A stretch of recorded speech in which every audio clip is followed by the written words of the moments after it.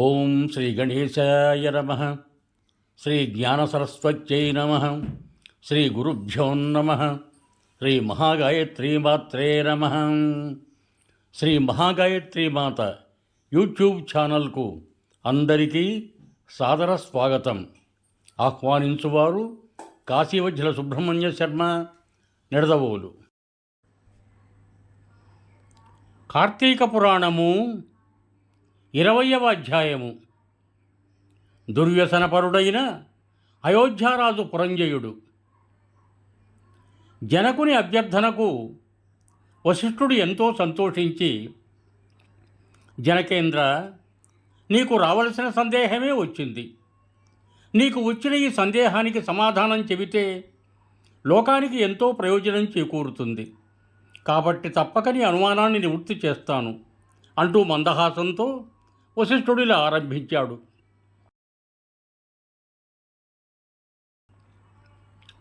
రాజా, ఈ సందర్భంగా కార్తీక మాస మహత్యం గురించి అగస్త్య మహామునికి అత్రిమునికి జరిగిన సంభాషణ ఒకటి ఉంది.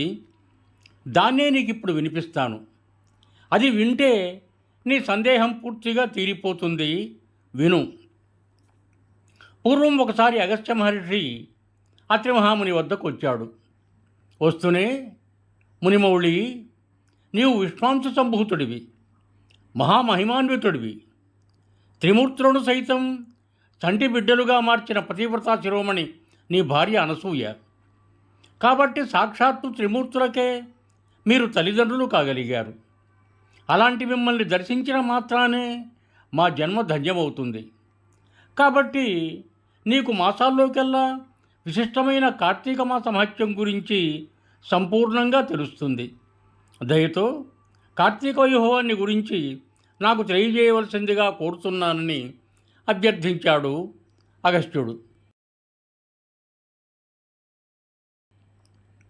అందుకు అత్రిముని సంతోషమనస్కుడై, కుంభసంభవ, నీవడిగిన ప్రశ్న వాసుదేవునికి ఎంతో ఇష్టమైంది. అలాగే ఎంతో మేలైనది కూడా. కార్తీక మాసంతో సమానమైన మాసం, వేదంతో సమానమైన శాస్త్రం, ఆరోగ్య సంపదకు చాటైన సంపద, అలాగే శ్రీమన్నారాయణుని కంటే మరొక దైవం లేరు. జాతి, కుల, మత వివక్ష లేకుండా ఎవరైనా కార్తీక మాసంలో నదీస్నానం చేసి శివకేశవుల ఆలయాల్లో దీపం వెలిగించినా, లేక వెలుగుతున్న దీపాన్ని దానం చేసినా వచ్చే ఫలితం అమూల్యమైనది. దీనికి నిదర్శనంగా ఒక ఇతిహాసం ఉంది, విను అంటూ వినిపిస్తున్నాడు వశిష్ఠ మహర్షి.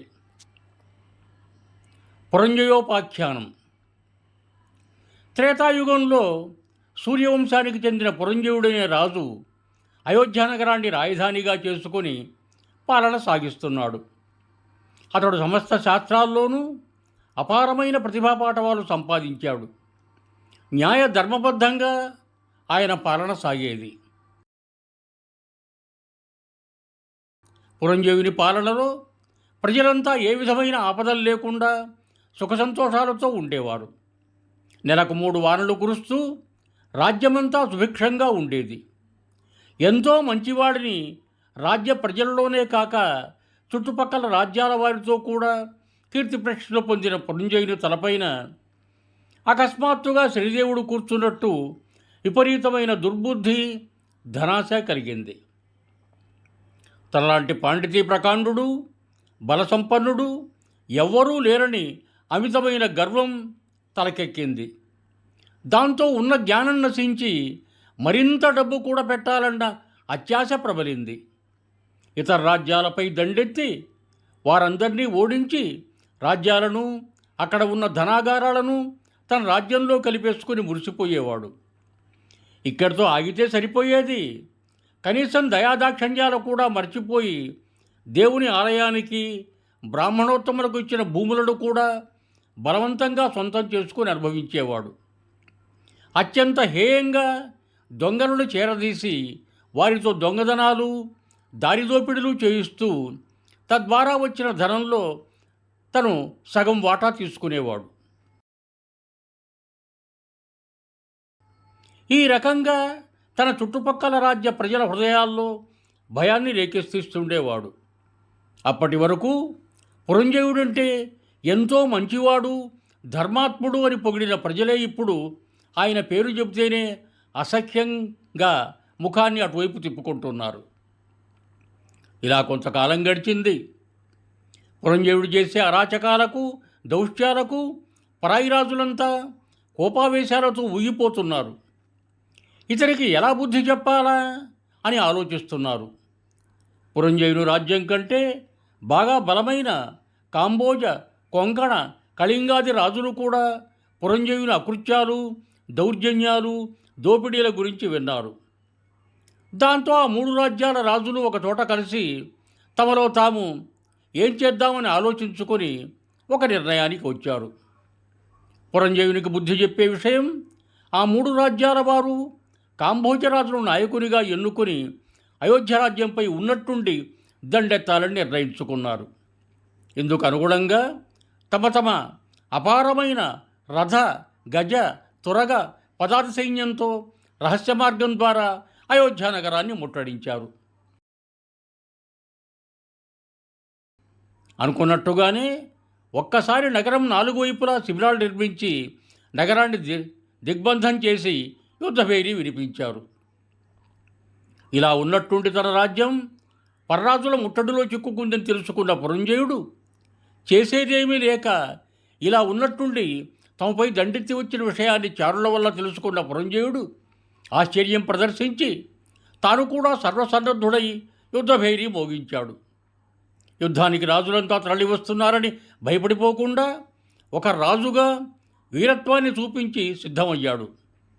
తనకున్న రథ, గజ, తురగ, పదాతి సైన్యాన్ని యుద్ధానికి సిద్ధం కావలసిందిగా ఆదేశించాడు. పరాయి రాజుల ముందు తానేమీ బలహీనుడనన్న భావం ఎంతమాత్రం రానియకుండా ధైర్యంతో తాను ముందుకు నడుస్తూ సైన్యాన్ని కూడా ముందుకు నడిపించాడు. అయితే పురంజయునికి ఇంతకు ముందున్న దైవ, ధర్మ, న్యాయబలాలేవి ఇతని పక్షాన తోడులేవు. అందులోనూ దురలవాట్లకు, దుష్కార్యాలకు లోనైన పురంజయుడు బాగా బలహీనుడైపోయాడు. తమ రాజు అంత ధైర్యంగా నడుస్తుంటే తాము అదే ధైర్యంతో శత్రుముఖను చెండాడేందుకు రాజును అనుసరించారు పురంజయుని సైన్యం. తన తరఫున పోరాడే సైన్యం శాయశక్తులా పోరాడినా వైరిపక్షం వీరికంటే ఎక్కువ బలమైంది కావటంతో తాము ఓటమి చవిచూడక తప్పదనుకున్నాడు పురంజయుడు. అయినా ఏమాత్రం బెదిరిపోకుండా, శత్రు సైన్యానికి వెన్ను చూపకుండా రథం ఎక్కి సైన్యాధిపతులను పురికొల్పి శత్రు సైన్యంతో యుద్ధం చేసేందుకే నిశ్చయించుకున్నాడు. పురంజయుడు సింహనాదం చేస్తూ, మేఘాలు గర్జిస్తున్నట్టు హుంకరిస్తూ శత్రు సైన్యంపైకి తమ బలాన్ని ఉరికించాడు అని వశిష్ఠుడు జనకేంద్రుడికి తెలియచేశాడు. ఇది స్కాంద పురాణాంతర్గత వశిష్ఠ ప్రోక్త కార్తీక మహత్యం 20వ అధ్యాయం సంపూర్ణం. సశేషం ఇవం భూయాత్. సర్వే జనా సుఖినో భవంతు. ధన్యవాదములు. మీకు నా ఈ వీడియో నచ్చినట్టయితే దయచేసి ఒక లైక్ కొట్టి మీ బంధుమిత్రులకు కూడా నా ఈ వీడియోను షేర్ చేయగలరు. అదేవిధంగా నా ఛానల్ శ్రీ మహాగాయత్రి మాత యూట్యూబ్ ఛానల్ను సబ్స్క్రైబ్ చేయ ప్రార్థన. మరొక్క మారు ధన్యవాదములతో బహుదీయుడు కాశీవజ్ర సుబ్రహ్మణ్య శర్మ, నిడదవోలు, తూర్పుగోదావరి జిల్లా.